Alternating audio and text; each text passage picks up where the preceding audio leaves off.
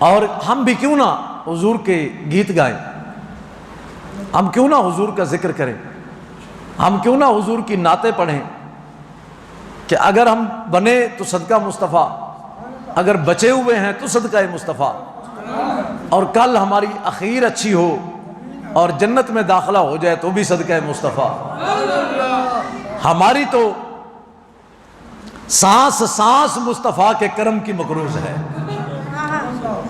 یہ جملہ کبھی میرا بھولنا نہیں۔ ہماری تو سانس سانس مصطفیٰ کے احسانوں کے تلے دبی ہوئی ہے، ہماری تو سانس سانس مصطفیٰ کے دم سے ہے، ہماری تو سانس سانس نبی کے جود و عطا کا صدقہ ہے، ہماری تو سانس سانس مصطفیٰ کریم علیہ السلام کا فیضان ہے۔ اور حضور کے صدقے اللہ تعالیٰ نے ہمیں عزتیں بھی عطا فرمائی ہیں، اولادیں بھی عطا فرمائیں، مال و دولت دنیا کی نعمتیں بھی عطا فرمائی ہیں، یہ سب میرے کریم مصطفیٰ کے صدقے میں اللہ نے ہمیں عطا فرمایا ہوا ہے۔ اور تو پھر ہر جس کے اندر بھی حلال خون حلال ہوتا ہے اور وہ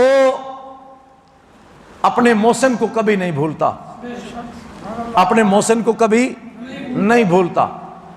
اور ہم حضور کو کیسے بھولیں؟ اس لیے اہل سنت کا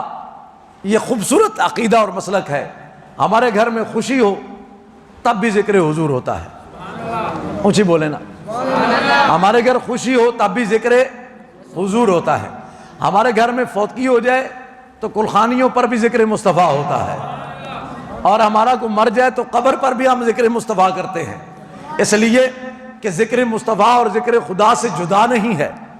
جو نبی کا ذکر کرتا ہے وہ در حقیقت خدا کا ذکر کرتا ہے، جو نبی کی نعت پڑھتا ہے وہ حقیقت میں خدا کی حمد بیان کر رہا ہوتا ہے۔ تو جب ہماری سانس سانس مصطفیٰ کے کرم کی مقروض ہے، مصطفیٰ کے جود و عطا کی مقروض ہے، تو پھر کتنا بدبخت ہے وہ جو نبی کی نعت سے جس کو غصہ آئے، جو نبی کے میلاد پہ جس کا منہ بگڑ جائے۔ ہم کہتے ہیں کہ منہ اسی کا بگڑتا ہے جس کے دل میں عداوت مصطفیٰ ہوتی ہے۔ ہمارے چہرے مصطفیٰ کا ذکر سن کر کھل جاتے ہیں، کسی کے چہرہ اگر مرجھا جاتا ہے تو سمجھ لو اس کے دل میں محبت مصطفیٰ نہیں۔ جسے کائنات کے جلوس نکلے اعتراض نہ ہو، محمد کے میلاد کا جلوس نکلے اعتراض لگائے، سمجھو یہ مومن نہیں۔ اور اگر کوئی میلاد مصطفیٰ پہ اعتراض کرے سمجھ لو اسے مصطفیٰ کی آمد کے خوشی نہیں۔ حالانکہ سنو، جب حضور تشریف لائے پوری کائنات خوشیاں منا رہی تھی، عرش والے بھی فرش والے بھی، مشرق و مغرب شمال جنوب، حتیٰ کہ جانور ایک دوسرے سے گلے مل کر کہہ رہے تھے مبارک ہو ہماری فریاد سننے والا آ گیا۔ تو سنیے، پوری کائنات کے چرندوں پرندوں کو بھی اتنا پتا تھا، اس لیے کہ کائنات کے لیے رحمت بن کر آنے والا نبی،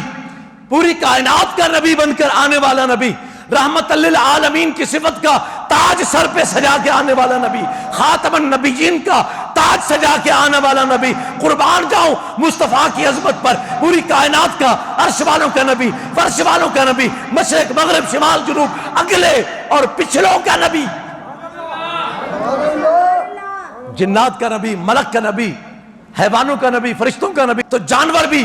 گلے مل رہے تھے، ایک دوسرے کو مبارکیں دے رہے تھے،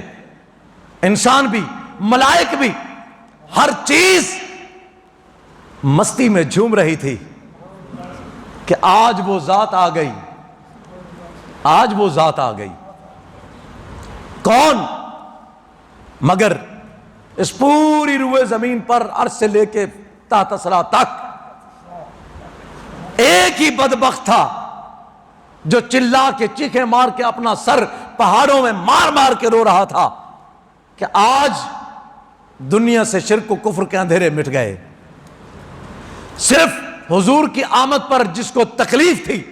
وہ ابلیس تھا، وہ شیطان تھا، شیطان چلا رہا تھا۔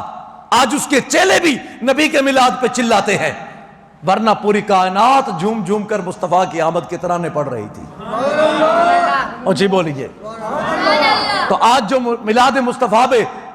جو اعتراض کرتا ہے وہ دیکھ لے کہ وہ کس کی قدام میں کھڑا ہے، کس کے پیچھے کھڑا ہے۔ شیطان کو حضور کی آمد پہ رونا ہوا تھا، غم ہوا تھا، وہ چلا رہا تھا، وہ رو رہا تھا، باقی کائنات خوشیاں منا رہی تھی۔ آج دیکھ لو جو نبی کے آمد پر، حضور کی ولادت کے دن پر، یوم میلاد پر جھنڈے اٹھا کر، جھنڈیاں لگا کر اور اپنے گھروں کو سجا کر حضور کی ذات پر درود و سلام کے نذرانے بھیج کر، نعتیں سنا کر، عاشقوں کو بلا کر، میلاد کی محفل سجا کر، یا مسجدوں میں جا کر حضور کے گیت سن کر، سنا کر خوشیاں منا رہا ہے، سمجھ لو وہ ایمان والا ہے، اور جو چلا رہا ہے وہ ابلیس کا پیروکار ہے۔ اس لیے کہ اس حضور کی آمد پر ایک ابلیس کے سوا باقی سبھی خوشیاں منا رہے تھے۔ اسی لیے کسی نے کہا نثار تیری چہل پہل پر ہزاروں عیدیں ربیع الاول، سوائے ابلیس کے جہاں میں سبھی تو خوشیاں منا رہے ہیں۔